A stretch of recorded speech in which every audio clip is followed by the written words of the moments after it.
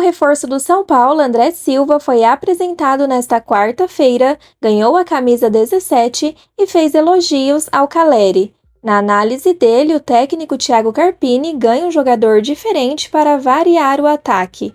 Aos 26 anos, André chega do Vitória de Guimarães de Portugal com bons números na temporada. Além de Caleri, André Silva falou na entrevista sobre outra referência são paulina, Luiz Fabiano. André Silva foi procurado também pelo Vasco nessa janela, mas disse que deu preferência ao São Paulo nas negociações. Nascido em Taboão da Serra, na Grande São Paulo, ele começou no Atlético Diadema, passou pela base do Internacional em 2017 e depois seguiu para Portugal, onde atuou por Rio Ave, Arouca e Vitória de Guimarães. De volta ao Brasil, disputará os campeonatos profissionais do país pela primeira vez. O Tribunal de Justiça Desportiva de São Paulo deu pena mínima ao zagueiro Arboleda pelo lance que causou a expulsão do equatoriano contra o Red Bull Bragantino no dia 17. Ele foi julgado na tarde de terça-feira em São Paulo. O jogador que cumpriu a suspensão automática no empate por 1-1 contra o Guarani está livre para entrar em campo pelo São Paulo contra o Ituano domingo, no Novelli Júnior, em jogo válido pela 12ª rodada da fase de grupos do Paulistão. O julgamento estava previamente marcado para a semana passada, mas o Departamento Jurídico do São Paulo pediu adiamento por conta da viagem a Brasília, que ocorreu exatamente no mesmo horário do julgamento. Havia, porém, grande confiança de que ele não pegaria um gancho. Arboleda foi expulso pelo árbitro Vinícius Gonçalves Dias de Araújo depois de cometer uma falta em Thalisson. O lance inicialmente foi ignorado, mas acabou revisado por orientação do VAR, o que causou a expulsão. Na sequência do lance, Elinho fez falta em Eric e também recebeu vermelho. O zagueiro foi citado no artigo 250 para quem pratica ato desleal ou hostil durante a partida, prova ou equivalente. A suspensão prevista era de 1 a 3 partidas. O Campeonato Brasileiro de 2024 terá novidades no regulamento. Na última terça, no Conselho Técnico da CBF, os 20 clubes participantes aprovaram por unanimidade o aumento do limite de estrangeiros que podem ser utilizados por partida, além da possibilidade de treinamentos em gramados sintéticos. O Inter foi um dos clubes a trabalhar nos bastidores pelas duas pautas. A partir da próxima edição, 9 jogadores de fora do país poderão ser utilizados por cada equipe. É quase um time, né, pessoal? Em 2023, o limite de estrangeiros já havia subido de 5 para 7 jogadores por jogo. A Federação Nacional dos Atletas Profissionais de Futebol apresentou estudo que apontou mais de 140 jogadores estrangeiros na Série A e B no Brasil e se manifestou contrária à proposta. Outra novidade diz respeito aos gramados sintéticos. Na próxima edição, os times que mandam seus jogos em campos artificiais serão obrigados a liberar o acesso caso o time visitante queira realizar um treino no local um dia antes da partida. As medidas só valem para o Brasileirão e não para outras competições organizadas pela CBF, como a Copa do Brasil. Os capitães de alguns times da série participaram da reunião, mas apenas o lateral direito Tinga, do Fortaleza, se pronunciou. O presidente da CBF, Edinaldo Rodrigues, manifestou a intenção de ouvir representantes de cada equipe para debater assuntos como calendário e casos de violência no futebol brasileiro. A expectativa é que no decorrer da temporada o Conselho Nacional de Clubes se aprofunde nos estudos sobre padronização dos gramados. A questão do campo sintético desagrada muitos clubes e alguns defenderam que o uso do gramado sintético fosse vetado. A confusão entre São Paulo e Palmeiras no último domingo, dia 3, ainda parece longe de acabar. Segundo apurou a ESPN, nesta quarta-feira, dia 6, o técnico do Palmeiras, Abel Ferreira, ficou muito chateado por ter sido chamado de português de que vocês sabem, né? Pelo diretor de futebol do tricolor, Carlos Belmonte, após o empate no Choque Rei. De acordo com fontes, o treinador alviverde espera que o Cartola São Paulino receba uma punição do TJD de São Paulo, da mesma forma que o próprio Luso já foi punido diversas vezes tanto pelo Tribunal Paulista quanto pelo STJD nos últimos anos. Segundo pessoas ouvidas pela reportagem, o treinador entende que sempre que cometeu erros em campo e nos bastidores, foi punido pela justiça desportiva. Agora ele deseja que o Cartola São Paulino receba tratamento igual. Ainda de acordo com a apuração, Abel ainda estuda se iniciará um processo criminal contra Belmonte por xenofobia e discriminação.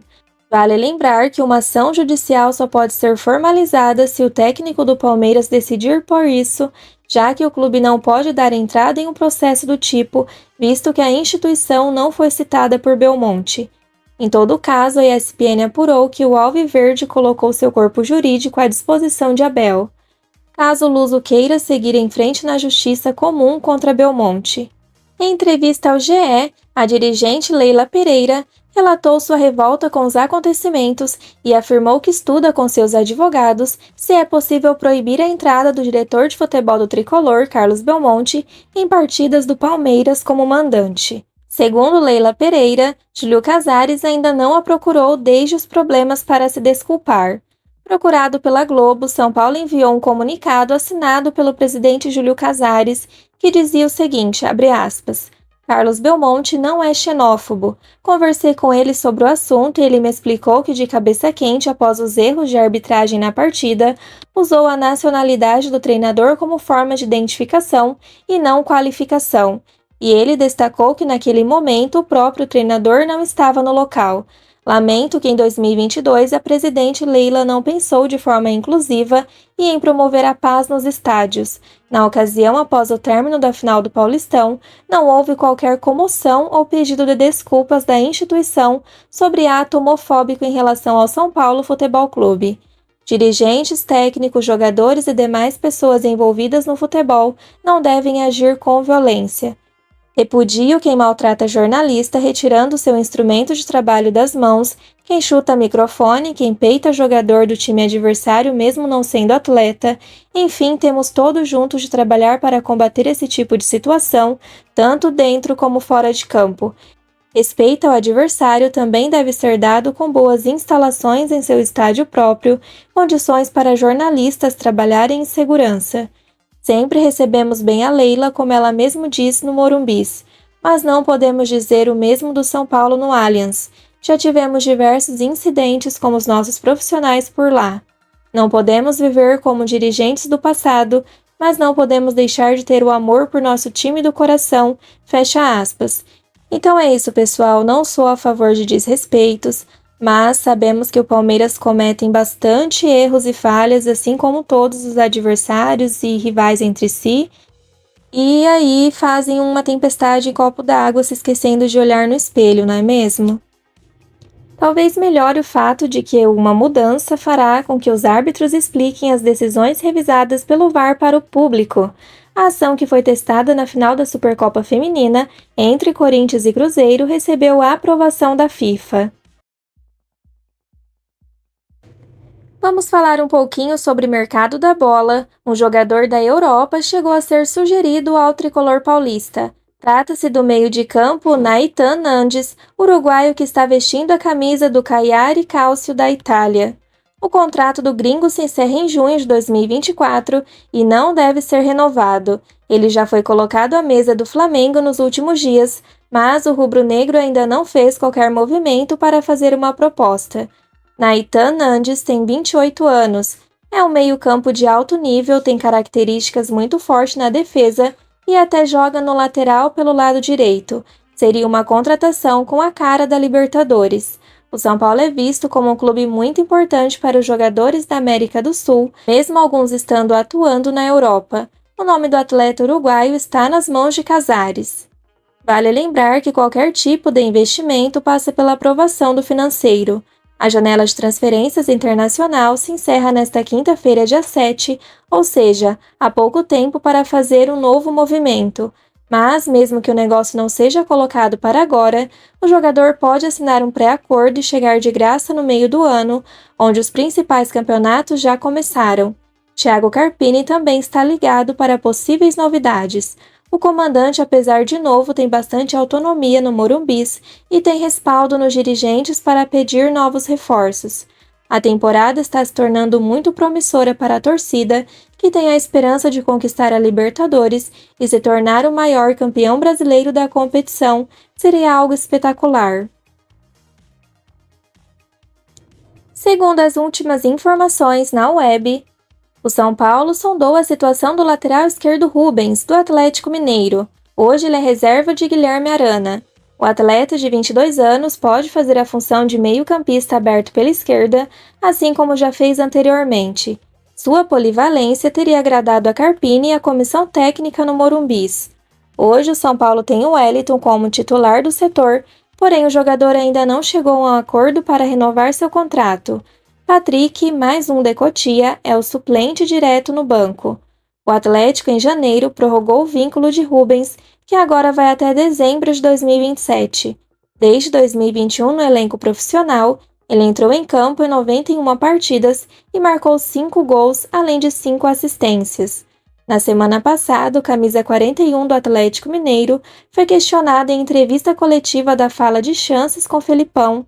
Ele soma menos de 45 minutos nos 7 jogos que disputou no Campeonato Mineiro. Detalhe: no clássico contra o América pelo estadual, foi do lateral esquerdo o gol do empate do Galo. Em resposta, Rubens tentou deixar a polêmica de lado, porém falou que quem manda na equipe é Scolari. Rubens, revelado no Clube Mineiro, conquistou pelo Galo o estadual em 2021, 22 e 23, Brasileirão Série A e a Copa do Brasil em 2021 e a Supercopa do Brasil em 2022.